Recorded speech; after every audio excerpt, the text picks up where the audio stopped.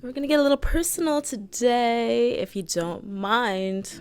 Let's go. Hello everyone, welcome back to another episode of Mindfully Aligned. I am so excited for today's episode. I put a little question form out on Instagram. I had you guys send in things you want to hear about on the podcast, things you need advice on, and today I am here to answer. I'm super excited to basically connect, but I don't even want to do too much yapping.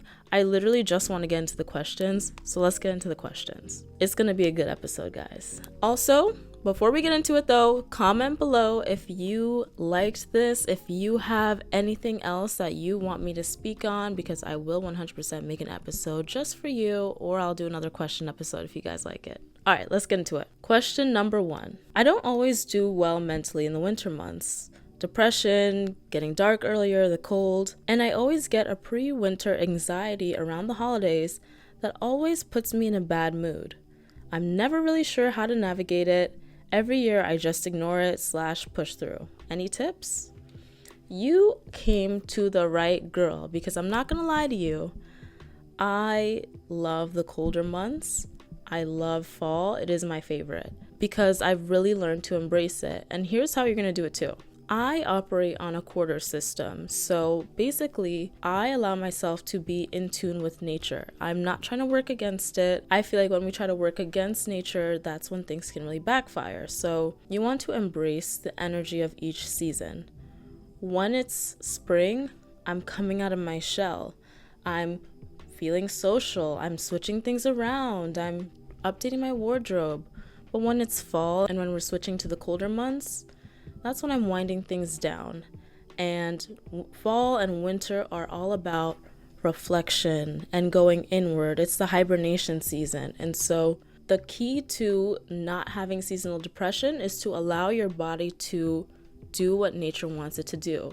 It wants to go inward. It wants to do self-reflection. So maybe start picking up hobbies that have that winter energy. So I recently picked up coloring. I need something that's going to have me cozy indoors and lower my anxiety. It's all about really tuning into your mental health, whether it's, for me, coloring, journaling, doing DIY face masks. Give yourself a fun little hobby that you can enjoy indoors so that you feel cozy and go along with that hibernation energy. Also, it's important to have a ritual. So that means giving yourself something special that you do or you do with friends once a week. So I started this a few years ago. Every Thursday in the winter quarter, me and my best friend / roommate would cook a meal together, and we looked forward to it all week, and it made the weeks pass by so much faster. I was in college. I didn't want to just look forward to the weekend. I didn't want to just train my brain to think that the weekend and drinking is the only way I can relax. That's not true. So we came up with a little ritual. For you, your ritual could be making a nice meal for yourself each week, something new. Or trying a new workout class each week, something new. Give yourself something new to look forward to.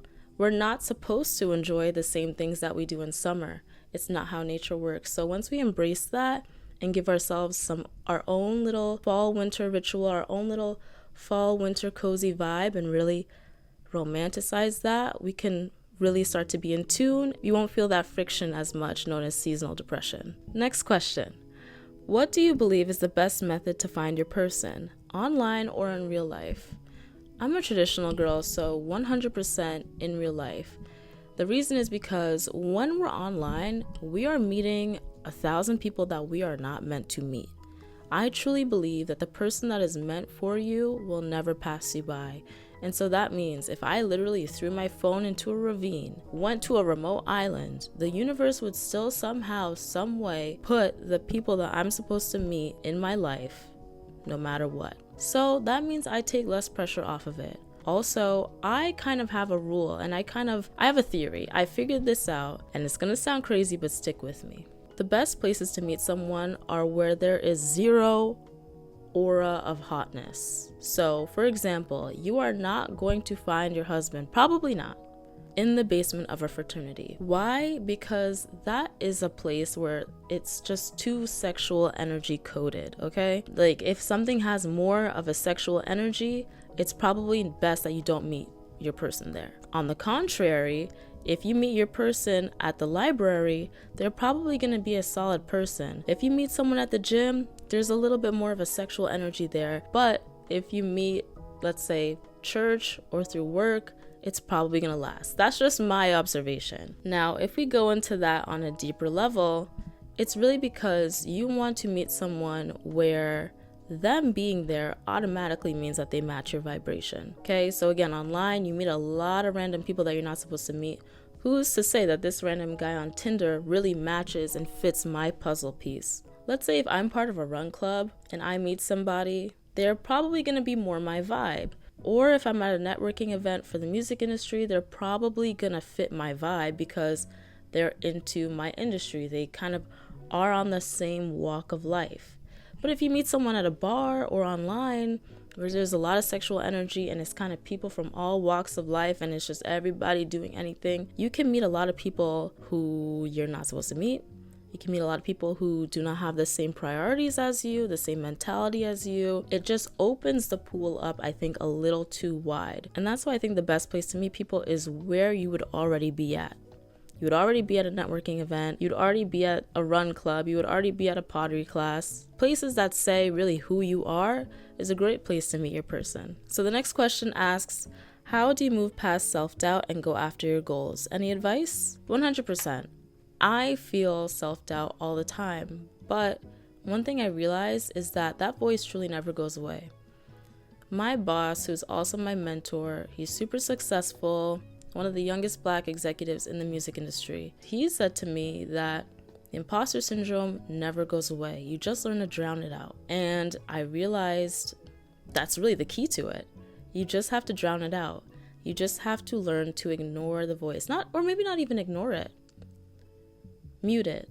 I take it as just background noise, and that means you're no longer giving it any power. So if I am posting a video or if I'm posting several videos and I'm a little disappointed in the progress, right? There's gonna be a mean voice in the back of my head that might tell me to stop, but I have to kind of lower the volume, just lower the volume. I'm not going to put pressure on myself to stop thinking that altogether. I'm not going to put pressure on myself to shut it up or just try to think or try to counteract it. That's trying too hard. That's giving that voice too much energy. I just notice it and I let it pass me by. I did an episode about this. It's a concept called radical acceptance, and there's a whole book on it. I read it and I talk about it in the episode. And this is really just so helpful. It's just about noticing your thoughts and letting them kind of dissipate instead of attacking it or getting mad at it. It gives it too much power, it gives it too much energy. Let those kind of thoughts roll off your shoulders, notice them, and know that they're just part of the process. And once you embrace the fact that they may never actually go away,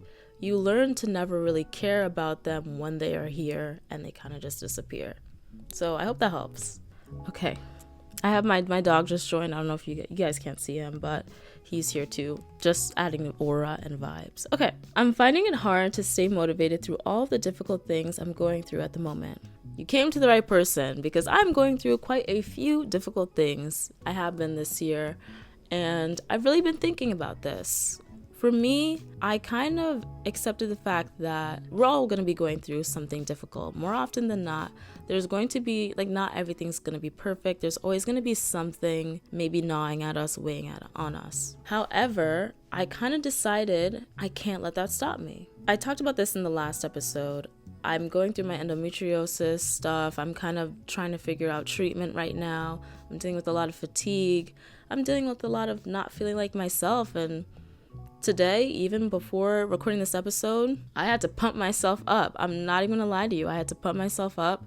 I was so tired. So I definitely have a lot of excuses and reasons to quit, but that's exactly why I can't. Because how awesome would it be if I was able to say all the things I've been through and be able to say to people, but I still did it. I mean, I want to have that. I want to be able to give myself that. There's no other way. I want to be able to say I did all of this in spite of that. It wasn't easy. It's more of a flex if it's not easy, and if I overcome it, I'm even more proud of myself. I also feel like we are given these things that we go through for a reason. It's meant to teach us things. We're meant to handle it. We're meant to learn it.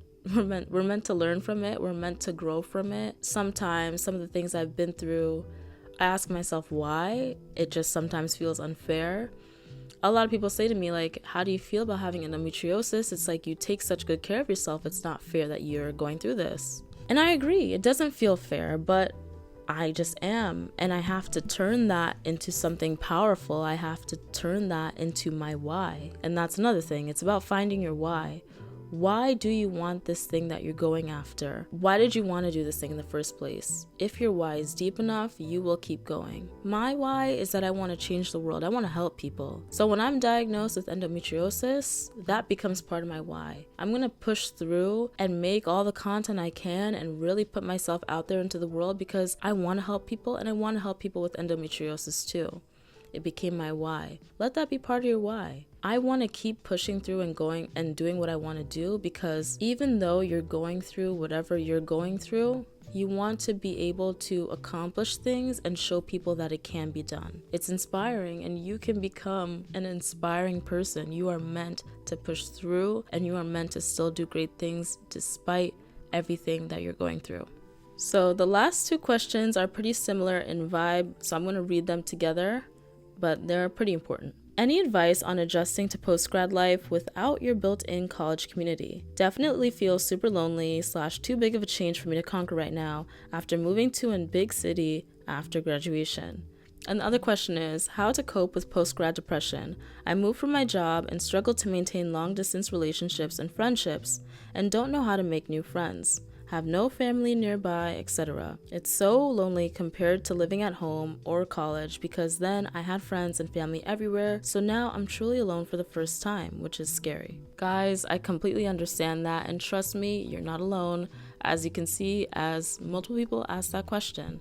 We don't talk enough about the post-grad slump, and it's a very real thing, and to be honest, it does deserve its own episode, and it's gonna get one. But essentially, when we graduate from college, we really do lose our community. All the friends we made over the last 4 years, all the closest we got, it just disappears. And I feel like nothing really can prepare you for that. And it sucks. And it's easy to get into that slump. You guys are not alone, especially if you move all the way to a big city. That is a really, really big thing to do. And I'm proud of you guys for doing that. Number one. Number two, kind of the same thing I said about beating winter depression. The way that, to be honest, I beat depression is by finding a new ritual. So when I was going through my post-grad slump, my mom said, and I talked to her actually about like all the things I missed from college. And she was like, you can recreate that now. You can recreate that, just find new versions of that. And the same thing goes. You kind of need to find new versions of the things that you love and create new rituals. And it's about scheduling time for that. So similarly, how I said with the winter depression, every Thursday, you have something that you look forward to each week that gets you out there, something new, something different, something to look forward to that has nothing to do with drinking or going out. Same goes, you're in a new city, you're starting over, you feel lonely. Every week, sign yourself up for a new activity. Make that a priority. Every week, try something new. Pottery classes, aerial yoga, cooking class, something that gets yourself out of the house each week. You will meet so many different people, and you will also be having fun. It's so easy to become depressed if you're stuck at home feeling lonely, so you gotta give yourself something to look forward to in the outside world. Because those little solo dates will soon turn to a party of two. Next thing you know, you'll have your own friend group. You just gotta get yourself out there in the world doing activities that align with who you are. And again, make that a priority. Also, with the rituals, you can also have a ritual where each week you do a FaceTime date with one of your friends. You guys can pick out a recipe and then cook it virtually on FaceTime, and you guys can still enjoy the same food. You can have a coloring sesh virtually once a week. So maybe once a week you have a session with your friends from back home that you miss, and then another day you have a standing date where you have an opportunity to put yourself out there and meet new people. I think that's a great balance of keeping yourself connected expected, but also opening yourself up to new experiences. So yeah, that was pretty much the episode this week. Thank you guys so much for submitting questions. I feel like this has been a really great batch of questions and I loved answering them. Again, drop a comment below if you guys liked this episode. If you have any questions that you want me to answer in another episode, I loved doing this and I will 100% be doing it again. So thank you guys so much for watching. Be sure to like, comment, share, subscribe, all the things, show all the love, and I'll see you next episode. Bye.